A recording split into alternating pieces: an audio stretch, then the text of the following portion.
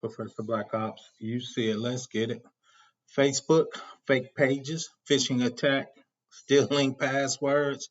We all know Facebook's got a lot going on. Once again, a super quick article. Let's go over it.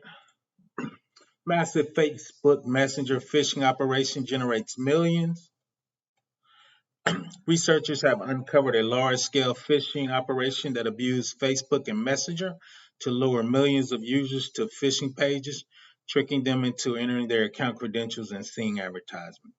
The campaign operators used this stolen account to send further phishing messages to their friends, generating significant revenue via online advertisement and commissions.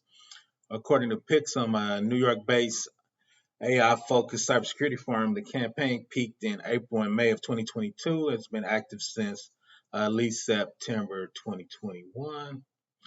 PIXM was able to trace the threat actors and map the campaign due to one of the identified phishing pages hosting link to a traffic monitoring app that was publicly accessible without authentication.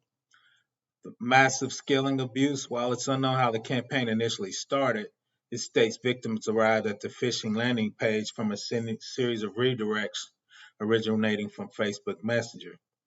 As more Facebook accounts were stolen, the threat actors used automated tools to send further phishing links to compromised accounts' friends, creating a massive growth in stolen accounts. A user account will be compromised, and in a likely automated fashion, the threat actor will log into their account and send out links to their friends via Facebook Messenger. So when people hack your accounts, and I'm sure people see it, you get these weird friend requests that aren't from your friends. So that's what it's talking about. While Facebook has protective measures to stop the dissemination of phishing URLs, the threat actors use a trick to bypass this protection. Phishing messages use legitimate URL generation services such as Lich Famous, Amaze, and FunnelPreview.com, which would be a problem to block as legitimate apps use them, right? So once they hack the legitimate apps, right, their stuff start looking legitimate.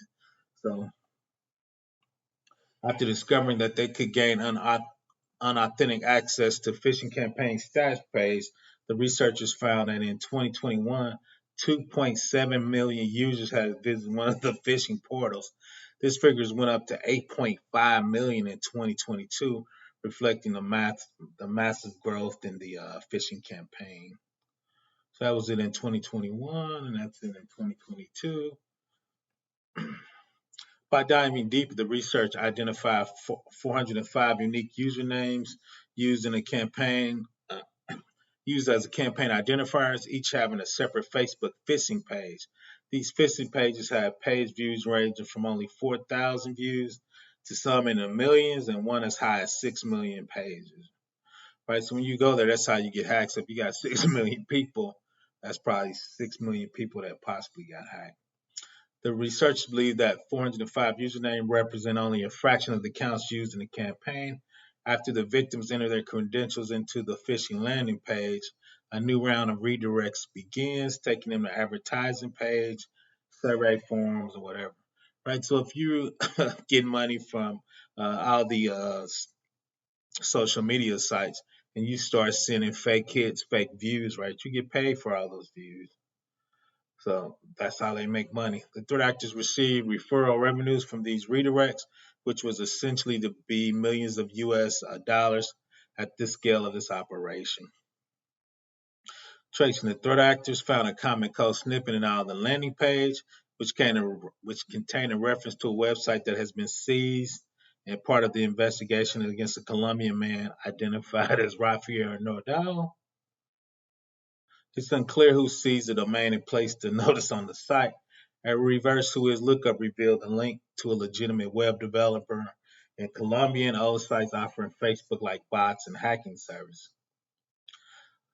PIXM shared the results of the investigation with the Colombian police and Interpol, but as they note, the campaign is still ongoing, even though many of the identified URLs have gone offline.